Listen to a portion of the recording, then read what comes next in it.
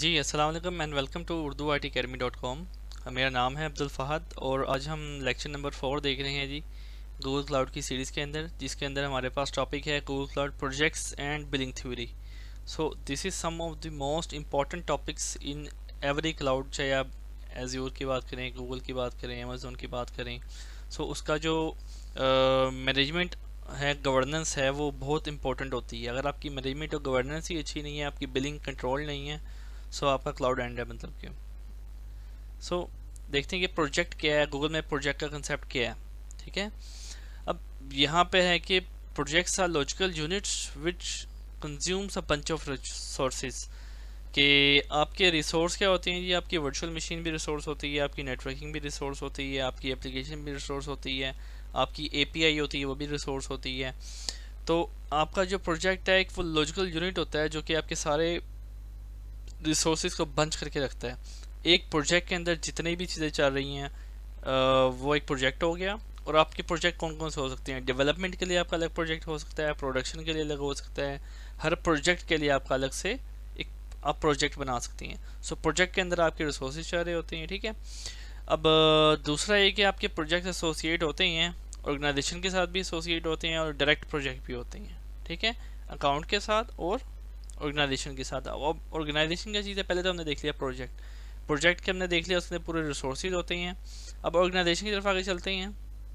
अब प्रोजेक्ट का मजीद देखते हैं जी। A project ID is unique and permanent. The project ID contains the project name which have specified in string of numbers which makes it unique across GCP globally. अब इस सबसे important चीज़ कुछ होती है प्रोजेक्ट के बारे में कि प्रोजेक्ट जो होता है वो ग्लोबली यूनिक होता है। प्रोजेक्ट आईडी आपका होता है नंबर फॉर्म में, मतलब कि 1 2 3 समथिंग 4 इस तरह एक नंबर होगा आपका प्रोजेक्ट आईडी, और वो ग्लोबली यूनिक होगा। मतलब जो अब्दुल फाहद के प्रोजेक्ट का नंबर है वो किसी और की दुनिया में गूगल के प्रोजेक्ट का नंबर नहीं हो सकता। प्रोजेक्ट के जो नाम को आप किसी भी तरीके से रख सकते हैं, लेकिन जो प्रोजेक्ट आईडी होता है वो आपका ग्लोबल यूनिक होता है। मतलब गूगल एक प्रोजेक्ट आईडी दो बंदों को साइन नहीं करता है, दो अकाउंट्स में साइन नहीं करता। ये हमेशा यूनिक आइडेंटिटी होती है गूगल का जो प्रोजेक्ट आईडी होता है, जो ग्लोबल यूनिक कहलाता है। उसके बाद देखते हैं जी ऑर्गेनाइजेशन क्या है। ठीक है, the organisation resource is the root node in the Google cloud platform resource hierarchy and is the hierarchical super node of projects. मतलब कि सुपर नोड ऑफ प्रोजेक्ट्स का मतलब हुआ कि प्रोजेक्ट्स हो गए और प्रोजेक्ट्स के ऊपर हो गई ऑर्गेनाइजेशन। ऑर्गेनाइजेशन क्या हो सकती है? फॉर एग्जांपल abdulfahad.com, abdulfahad.net, ये एक ऑर्गेनाइजेशन हो सकती है। ठीक है, और इसके नीचे प्रोजेक्ट्स चाह रहे हो सकते हैं, मतलब कि डेवलपमेंट, क्वालिटी इंश्योरेंस, प्रोडक्शन। हर किसी प्रोजेक्ट के ऊपर different set of rules apply होगा, लेकिन वो सब एक ही ऑर्गेनाइजेशन के अंदर आ रहे होंगे। abdulfahad.com जो एक यूनिक ऑर्गेनाइजेशन रूट बनाई हुई है, ये सेम उसी तरीके से है जिस तरह हम माइक्रोसॉफ्ट में एक्टिव डायरेक्टरी को देख रहे होते हैं। एक रूट होती है, ठीक है, उसके बाकी जिसके नीचे हम ओयूज बनाते हैं, ऑर्गेनाइजेशनल यूनिट बनाते हैं। And organisation ID is a unique identifier for an organisation and is automatically created when your organisation resource is created. अब वो बताता है कि ऑर्गेनाइजेशन आईडी भी यूनिक होता है जिस तरह प्रोजेक्ट आईडी यूनिक होता है गूगल में। ठीक है, सो आगे देखते हैं जी relationship between organisations, projects and resources. कि ऑर्गेनाइजेशन हो गया, तीन चीज़ें हमने देखी हैं, ऑर्गेनाइजेशन देखा, एक प्रोजेक्ट्स देखा और एक रिसोर्सेज देखा। अब इन तीनों में रिलेशन क्या है जी, अब ये देख लेते हैं। इस तस्वीर के अंदर हमें नज़र आ रहा है जैसा कि सबसे ऊपर है जी ऑर्गेनाइजेशन, कंपनी का नाम, फॉर एग्जांपल xyz.com। ठीक है, उसके नीचे आप बना सकते हैं फोल्डर्स।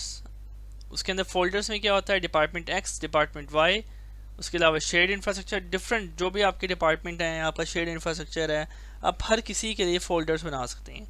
अब इन फोल्डर्स के अंदर आप मज़ीद फ़ोल्डर्स बना सकते हैं। यहाँ पे भी आप मतलब टीम बी है, उसकी कोई 2 प्रोडक्ट्स है, आपने सब फोल्डर्स बना लिए। अब इस फोल्डर्स के अंदर क्या चीज़ फॉलो करती है, इसके नीचे इनमें से किसी भी फोल्डर के अंदर आप बना सकते हैं प्रोजेक्ट्स। मतलब कि डेवलपमेंट का प्रोजेक्ट हो गया, टेस्ट एनवायरनमेंट का अलग से प्रोजेक्ट हो गया, प्रोडक्शन एनवायरनमेंट का अलग से प्रोजेक्ट हो गया। सो एक अच्छा क्लाउड इंजीनियर होता है वो एक ही प्रोजेक्ट में हर चीज़ नहीं करता, ये मेरी बात याद रखिएगा। डेवलपमेंट के लिए अलग से प्रोजेक्ट बनाया जाता है और प्रोडक्शन के लिए हमेशा अलग बनाया जाता है, ताकि बिलिंग आपकी सेग्रीगेट या डिफरेंट रहे। एज्यूर में इसे कहते हैं, एज्यूर में इसके अंदर होता है सब्सक्रिप्शन कॉन्सेप्ट। ठीक है, माइक्रोसॉफ्ट एज्यूर में तो उसमें क्या होता है कि उसमें आप ना सब्सक्रिप्शन बनाते हैं, डेव टेस्ट के अलग से, प्रोडक्शन की अलग से, अगर मैं इसे एज्योर से कंपैरिजन करूं, और आप उसको उसी जो है रिसोर्स ग्रुप के ऊपर असाइन करते हैं। सो अब क्या होता है यहाँ पे, जैसे रिसोर्स ग्रुप है उस तरह आप कह सकते हैं कि प्रोजेक्ट है, वहाँ पे रिसोर्स ग्रुप के अंदर चीज़ें आ रही होती हैं, यहाँ पर प्रोजेक्ट्स के अंदर चीज़ें आ रही होती हैं। अब प्रोजेक्ट्स आपने 3 बना लिए, ठीक है।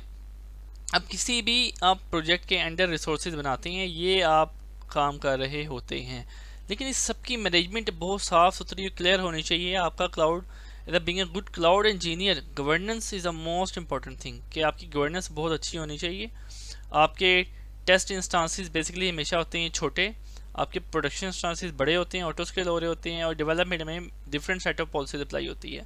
सो किसी भी फोल्डर के अंदर आप डिफरेंट सेट ऑफ पॉलिसीज लगा सकते हैं। फॉर एग्जांपल मैं बात करता हूँ कि यार मैंने डेवलपमेंट एनवायरनमेंट में पब्लिक आईपी का इस्तेमाल नहीं करना, तो मैं इस फोल्डर के ऊपर एक पॉलिसी अप्लाई करूँगा, फोल्डर लेवल पर जाके ऑर्गेनाइजेशन से disallow use of public IP, और वो उसके अंदर जितने भी प्रोजेक्ट्स बने होंगे, उसके अंदर जितनी भी आइटम्स बनेगी, उन सब के ऊपर आप IPv4 या पब्लिक आईपी को इस्तेमाल नहीं कर सकते। सो इस तरीके से आप अगर हाईएस्ट हायरार्की पे पॉलिसी लगाएंगे तो सबसे नीचे ड्रॉप डाउन तक जाती रहेगी। इसे कहते हैं सुपरसीड प्रोसीड, इस तरह का कॉन्सेप्ट होता है कि जब सबसे ऊपर आप पॉलिसी लगाते हैं सब नीचे वालों पे अप्लाई होती है। अगर आप एक पॉलिसी ऑर्गेनाइजेशन पे लगाएंगे, वो सब फोल्डर्स पे, सब प्रोजेक्ट्स पे, सब रिसोर्सेज पे लागू हो जाएगी। अगर मैं एक यूज़र को यहाँ पर ऑर्गेनाइजेशन एडमिन बना देता हूँ तो वो सब कुछ कर पाएगा, ठीक है। अगर मैं एक यूज़र को यहाँ पे ऑनर के राइट्स दे सकता हूँ तो वो सब पे ऑनर हो जाएगा। लेकिन अगर मैं एक यूज़र को यहाँ पे एडिटर के राइट्स देता हूँ, यहाँ पर ऑनर के राइट्स देता हूँ, वो उसको ऑनर उसको प्रोसीड करेगा, मतलब कि उसके ऊपर आ रहा है ना टेरी के अंदर, तो वो उसको प्रोसीड करेगा। तो ये चीज़ होती है कि आप जो राइट्स ऊपर देते हैं वो नीचे हमेशा नीचे अप्लाई होना शुरू होते हैं ट्री के अंदर। ये ट्री गूगल का आपने हमेशा याद रखना है, सबसे इंपॉर्टेंट है। आगे लैब में इंशाल्लाह मैं आपको दिखाऊंगा भी कि ऑर्गेनाइजेशन किस तरह चल रही होती है, और आपके फोल्डर बने होते हैं किस तरह, और फिर आपके रिसोर्स किस तरह बने होते हैं। अच्छा, ये बिलिंग अलर्ट्स को देखते हैं साथ में। The purpose of billing the purpose of budget is to allow user to create alert so that user knows how your spending is trending over time. Alerts prompt you to take control cost but do not prevent the use of services when the budget is met or exceeded। अच्छा, azure में एक चीज़ है कि azure में आप ना subscription में amount load करते हैं, मतलब कि आपने सेट लगाया था कि $10 सब्सक्रिप्शन की वैल्यू है सिर्फ, ठीक है, प्रीपेड, और उसके बाद वो रिसोर्सेज शट डाउन हो जाते हैं। गूगल में ऐसा कोई मैकेनिज्म नहीं है, अमेजोन में इस टाइम तक ऐसा कोई मैकेनिज्म नहीं है। इसको हम हैक कर सकते हैं, there a cloud run script और एक तरीकाकार है जिसके थ्रू ये सारा काम होता है। लेकिन गूगल का बिल्ट इन कोई फ्यूचर ऐसा नहीं है कि आप फलां अमाउंट होने पे प्रोजेक्ट को शट डाउन कर दो, मतलब उसकी मशीनें बंद कर दो, ऐसा नहीं होता। लेकिन आप गूगल वालों के पास जाएंगे तो गूगल के अंदर मैंने जॉब भी की हुई है, मतलब कि as a pre sales consultant, तो उसमें उनके पास सिर्फ एक ही टूल है कॉस्ट कंट्रोलिंग का, और वो कहते हैं सिर्फ आप जी अलार्म लगा दें बस, कि आपको ईमेल आ जाए, आपको मैसेज आ जाए कि आपका इतना वेट हो गया है, उसके थ्रू आप सिर्फ और सिर्फ कॉस्ट कंट्रोलिंग करें, और उसके लिए आपको बिलिंग एडमिनिस्ट्रेटर के राइट्स होने आपके पास ज़रूरी हैं। अब बिलिंग अलर्ट्स क्या होते हैं जी आपके, अब देखते हैं। To set a budget alert user must be a billing administrator, आपके पास बिलिंग एडमिनिस्ट्रेटर के राइट्स होने चाहिए, ठीक है। To help user with project planning and controlling cost, वही बात है कि आप अपनी प्रोजेक्ट की प्लानिंग और कॉस्ट कंट्रोलिंग के लिए अलर्ट्स और बजटिंग अलर्ट्स को यूज़ करते हैं। User can apply budget alerts to the billing account or a project, आप अपने बिलिंग अकाउंट लेवल पे भी अलर्ट लगा सकते हैं और प्रोजेक्ट के ऊपर भी लगा सकते हैं, ठीक है। User can set budget alert to a specific amount और match to the previous month spending, मतलब कि आप ना बजटिंग अलर्ट किसी स्पेसिफिक अमाउंट पे लगा सकते हैं कि $10 हो जाए तो ये अलर्ट आ जाए, या आप कंपैरिजन बेस, स्पेंडिंग बेस भी आप बजटिंग अलर्ट्स लगा सकते हैं। The alerts will be sent to billing administrators and billing account users when spending exceeds a percentage of the budget, जो आपने बजट की परसेंटेज सेट की होगी, जब वो एक्सीड करेगी आपको उसी टाइम बिलिंग अलर्ट जनरेट हो जाएगा आपकी ईमेल पे। फिर बिलिंग अकाउंट्स क्या होते हैं जी, billing accounts is use to define who pays for a given set of resources, कि जो प्रोजेक्ट में रिसोर्सेज चाह रहे हैं किसने उसको पे करना है, वो बिलिंग आपका बिलिंग अकाउंट कहलाता है। अब बिलिंग अकाउंट के अंदर कुछ चीज़ होती है पेमेंट प्रोफाइल।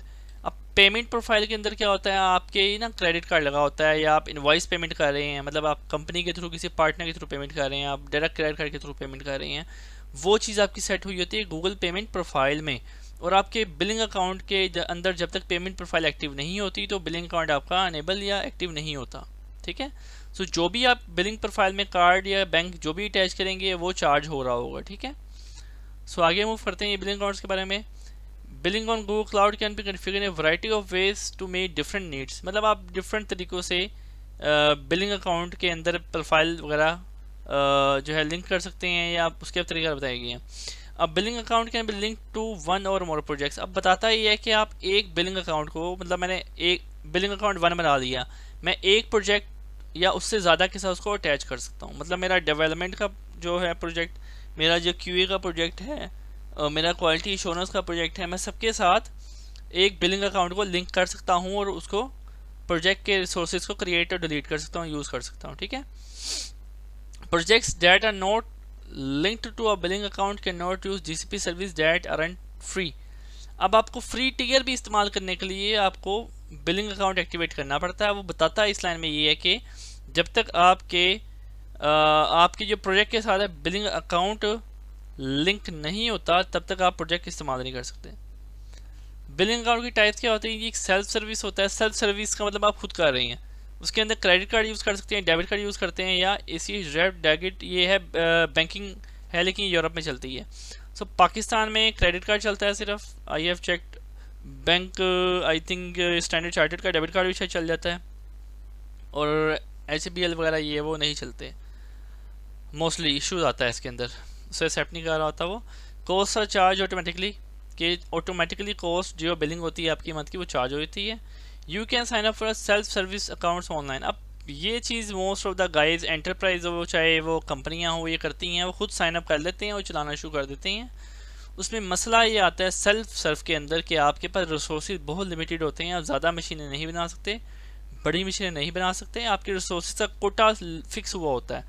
जब आप इनवॉइस मेथड पे जाते हैं, मतलब किसी गूगल के पार्टनर के थ्रू जाते हैं, जो कि पाकिस्तान में काफ़ी अब लोगों ने पार्टनरशिप लेना शुरू कर दी। I was also doing job on one of the partners, मैं पार्टनर पे जॉब करता था एज अ प्री सेल्स और टेक्निकल डिलीवरी। सो वहाँ पर क्या था कि हम लोग इनवॉइस, अगर कस्टमर हमारे पास आता था तो हम उसको इनवॉइस पेमेंट मेथड देते थे, कि हमें वो इनवॉइस हमारी कंपनी से हमें इनवॉइस जनरेट करती थी और वो हमारे बैंक में ट्रांसफ़र करता था पाकिस्तान में, और हम उसके लिए एक बिलिंग अकाउंट बनाते थे, उसके प्रोजेक्ट को लिंक करते थे, इस तरीके का काम होता था। तो कंपनियां सेल्फ सर्व पे भी चल सकती हैं और इनवॉइस पे भी चल सकती हैं। इनवॉइस का फ़ायदा क्या है? जो मैंने एक तो बताया कि रिसोर्सेज आपके बड़े होते हैं, दूसरे आपका पार्टनर की खिदमात मिल जाती हैं, मतलब कंसल्टेंसी सर्विसेज मिल जाती हैं, डिप्लॉयमेंट की सर्विस भी दे सकता है पार्टनर आपको, उसके पास स्किल सेट के बंदे मौजूद होते हैं क्लाउड के। तो पार्टनर्स के ऊपर गूगल बहुत ज़्यादा इस टाइम इन्वेस्टमेंट कर रहा है, पार्टनरशिप मॉडल पाकिस्तान में भी बहुत इवॉल्व कर रहा है। अब ये है कि गूगल अगर बड़ी कंपनियों के साथ पाकिस्तान में काम करता है तो वो पार्टनर के थ्रू काम करता है, वो डायरेक्ट काम नहीं करता है, भी हम कब बताता जाऊँ। अच्छा जी, you must be eligible for a billing invoice. ये बात इसका क्या मतलब है? कि इसका मतलब ये है कि यार आपकी बिलिंग थ्रेशोल्ड एक मखसूस अमाउंट तक होना चाहिए, कि अगर आप सेल्फ सर्व पे हैं, आपका मतलब 5-6 हज़ार बिलिंग अभी तक चार्ज हो चुकी है, तो फिर आप इनवॉइस के लिए एलिजिबल होते हैं। बिलिंग अकाउंट चार्जिंग साइकिल क्या है जी? अब बिलिंग अकाउंट में मंथली बिलिंग होती है और थ्रेशोल्ड बिलिंग होती है और इनवॉइस बिलिंग होती है, ठीक है। मंथली बिलिंग के हर महीने के महीने आपको चार्ज हो जाएगा जिस महीने आप जिस तरीके से अपने अकाउंट बनाया। थ्रेशोल्ड बिलिंग क्या होती है? $100 रीच किए और आपको बिलिंग चार्ज हो गई। इनवॉइस्ड बिलिंग क्या होती है? वही मैंने बताया था आपको, पार्टनर के थ्रू होती है, ठीक है। आगे चलते हैं जी, बिलिंग कंटेक्स्ट क्या होते हैं? A billing account includes a set of contexts defined in the Google payment profile connected to the account for people who can receive billing information specific to the payment instrument on file. For example, credit card needs to be updated. अब ये simple इस सारी line का मतलब ये है कि एक बंदा जो कि आपकी क्रेडिट कार्ड को अपडेट कर सकता है, आपकी बिलिंग इन्फॉर्मेशन को एडमिनिस्ट्रेटर कर रहा होता है, उसे कहते हैं बिलिंग कंटेक्ट। जैसे फॉर एग्जांपल apinvoice.xyz.com ये आपकी कंपनी का बिलिंग अकाउंट्स या फाइनेंस का ईमेल हो सकता है। सो इसको बिलिंग कॉन्टैक्ट में अगर आप ऐड करवा देंगे, हर महीने उस अकाउंट को एक इनवॉइस आना शुरू हो जाएगी कि इस महीने का इतना बिल बना है, और वो क्रेडिट कार्ड कंपनी के फाइनेंस डिपार्टमेंट को चार्ज हो रहा होगा। User can manage those contact through the Google cloud platform console और द पेमेंट्स कंसोल। ये मैं आपको जब थ्योरी करवाऊंगा ना, सॉरी लैब, तो लैब के अंदर मैं आपको दिखा भी दूंगा कि बिलिंग कॉन्टैक्ट्स ऐड कहाँ पे करते हैं। तो आप अपनी फाइनेंस टीम को, अकाउंट्स टीम को उसके अंदर उसका ईमेल ऐड करवा सकते हैं, उसे हर महीने एक बिल आना शुरू हो जाएगा PDF फॉर्म में इसके थ्रू। बिलिंग सब अकाउंट्स क्या होते हैं ये आपको सिंपली बता देता हूँ जी। ये होता ये है कि बिलिंग सब अकाउंट ना, आप एक मास्टर अकाउंट होता है, जैसे मैं कंपनी में था तो उनका एक मास्टर अकाउंट था, रीसेलर अकाउंट, ठीक है। तो उसके अंदर हम सब बिलिंग अकाउंट बनाते थे, customer A B C D, और वो हम आपकी जो ईमेल है यूज़र की उसको ऐड करवाते थे उसके अंदर एज अ बिलिंग एडमिनिस्ट्रेटर, और आपके अकाउंट में वो लिंक हो जाता था। सो हम एज अ कंपनी वहाँ पे क्या करते थे, एक हमारे पास मास्टर बिलिंग अकाउंट था, ठीक है। उसके बाद हमारे पास जो नीचे सब बिलिंग अकाउंट्स हम कस्टमर्स के लिए बनाते थे, और वो हर महीने में बैंक के अंदर पेमेंट करते थे, और हम उनके बस गूगल हमें चार्ज डायरेक्टली कर रहा होता था बीइंग अ पार्टनर। तो ये पार्टनरशिप पे चल रहा होता है। पार्टनर लेवल पे जब आप जॉब करेंगे कभी तो आपको पता चलेगा कि हम मास्टर अकाउंट के अंदर सब अकाउंट्स बना लेते हैं हर बंदे के लिए। अच्छा जी, अब यहाँ पर relationship between organisation, project, billing accounts and billing profiles and payment profiles. अब रिसोर्स हायरार्की के अंदर देखते हैं जी कि कैसे काम हो रहा होता है। पेमेंट प्रोफाइल, ये हो गई आपकी पेमेंट प्रोफाइल। पेमेंट प्रोफाइल में बताया क्रेडिट कार्ड हो सकता है, इनवाइस हो सकता है आपका, और बैंक हो सकता है। अब बिलिंग अकाउंट के अंदर आप मल्टीपल चीज़ें भी ऐड कर सकते हैं कि बिलिंग अकाउंट के अंदर आपने क्या चीज़ कर दिया, आपने फिर क्रेडिट कार्ड ऐड कर दिया। अब बिलिंग अकाउंट आपका ऐड हो गया, ऑर्गेनाइजेशन को लिंक कर दिया आपने, ठीक है। आप एक बिलिंग अकाउंट को ऑर्गेनाइजेशन लेवल पे भी लिंक कर सकते हैं, आप एक बिलिंग अकाउंट को एक फोल्डर पे भी लिंक कर सकते हैं, आप एक बिलिंग अकाउंट को प्रोजेक्ट लेवल पे भी लिंक कर सकते हैं। मतलब बिलिंग अकाउंट को आप किसी भी तीनों चीज़ों में से किसी पे भी अटैच कर सकते हैं, और उसके सबसे नीचे रिसोर्सेज सारी होती हैं। सो बिलिंग अकाउंट जब भी जहाँ पे भी लिंक हो गया उसके नीचे जितनी भी चीज़ें हैं वो उसको यूज़ कर सकता है। अगर आपने बिलिंग अकाउंट ऑर्गेनाइजेशन लेवल पे अलाउ करवा दिया तो सारे रिसोर्सेज प्रोजेक्ट उसके नीचे चलना शुरू हो जाएंगे, मतलब कि वही ना प्रोसीड हो जाएगा। सो अब लेकिन ये पेमेंट प्रोफाइल इससे हमेशा डिफरेंट रहती है, ये बाउंड्री के बाहर होती है। नॉट यहाँ पे लिखा हुआ है कि although you can link billing accounts to projects, billing accounts are not parents of the project in the cloud IAM sense and therefore projects don't inherit permissions from the billing account they are linked to। अब वो बताना आपको ये चाह रहा है कि यार कि आपका ये बिलिंग अकाउंट है ना, बेसिकली वो प्रोजेक्ट से बाहर बैठा होता है हमेशा। मतलब कि आप एक बिलिंग अकाउंट को आप मल्टीपल प्रोजेक्ट के साथ अटैच कर सकते हैं। इसका मतलब ये है वो इसके साथ इसका हिस्सा नहीं होता बेसिकली ना, ऑर्गेनाइजेशन के पॉलिसीज़ के वो अंडर नहीं आता। वो बताना चाह रहा है आपको ये ना इसमें नोट के अंदर। अच्छा जी, इसकी हैंड्स ऑन लैब क्या होगा जी कि हम एक गूगल का न्यू प्रोजेक्ट बनाएंगे, प्रोजेक्ट आईडी को मॉडिफाई करने की कोशिश करेंगे, link billing account with newly created project. हम जो नया प्रोजेक्ट बनाएंगे उसके अंदर एक बिलिंग अकाउंट को लिंक करने की कोशिश करेंगे, डिलीट अ बिलिंग अकाउंट, फिर बिलिंग अकाउंट को डिलीट करेंगे, फिर डिलीट गूगल प्रोजेक्ट, कि हम प्रोजेक्ट को भी इसके अंदर डिलीट करेंगे। जो प्रोजेक्ट बनता है मतलब इसके अंदर VMs और हर चीज़ चलेगी उसको भी डिलीट करेंगे। तो ये हमारी एक छोटी सी लैब हो जाएगी। तो आगे चलते हैं जी, ये अच्छे कुछ इंपॉर्टेंट लिंक्स हैं। ये बिलिंग के कॉन्सेप्ट्स के बारे में लिंक है, ये बिलिंग के डॉक्यूमेंट्स के ऊपर लिंक्स है, और फिर ये सबसे इंपॉर्टेंट लिंक है, मैं आपको ये दिखाता भी हूँ खोल के, इट्स वेरी इंपॉर्टेंट। ये मैं आपको ओपन करके दिखाता हूँ जी स्क्रीन पे। जब भी आप किसी कंपनी के साथ काम शुरू करते हैं ना, तो ये एक ना हमारे कस्टमर की ऑनबोर्डिंग चेकलिस्ट होती थी हमारी एंटरप्राइज कि हमने कैसे काम करना है।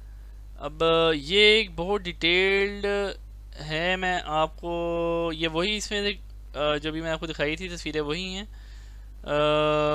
गूगल क्लाउड एंटरप्राइज चेकलिस्ट, ये लिंक है। मगर मैं दिखा पाऊँ आपको ये वाला एग्जैक्टली। सो सबसे पहले आप इसमें ट्री में देखेंगे तो ये सेटअप की चेकलिस्ट है कि एक एंटरप्राइज कंपनी को जब आप साइन अप करते हैं या काम स्टार्ट करती है उसके स्टेप गूगल ने बताया आपने क्या फॉलो करने हैं। सबसे पहले वो बताता है कि आपने क्लाउड आइडेंटिटी एंड ऑर्गेनाइजेशन को सेटअप करना है, ठीक है, ये चेकलिस्ट हो गई।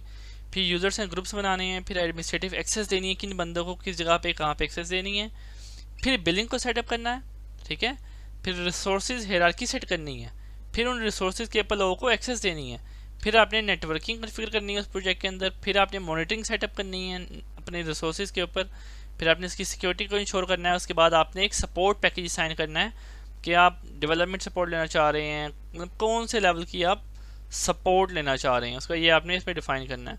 सो ये इस तरह की इसमें चीज़ें आ गई सारी। और thank you, this is the end of lecture. तो इंशाल्लाह देखते हैं जी अगली वीडियो के अंदर हम इसकी लैब को परफॉर्म करते हैं, और तब तक के लिए अल्लाह हाफिज़।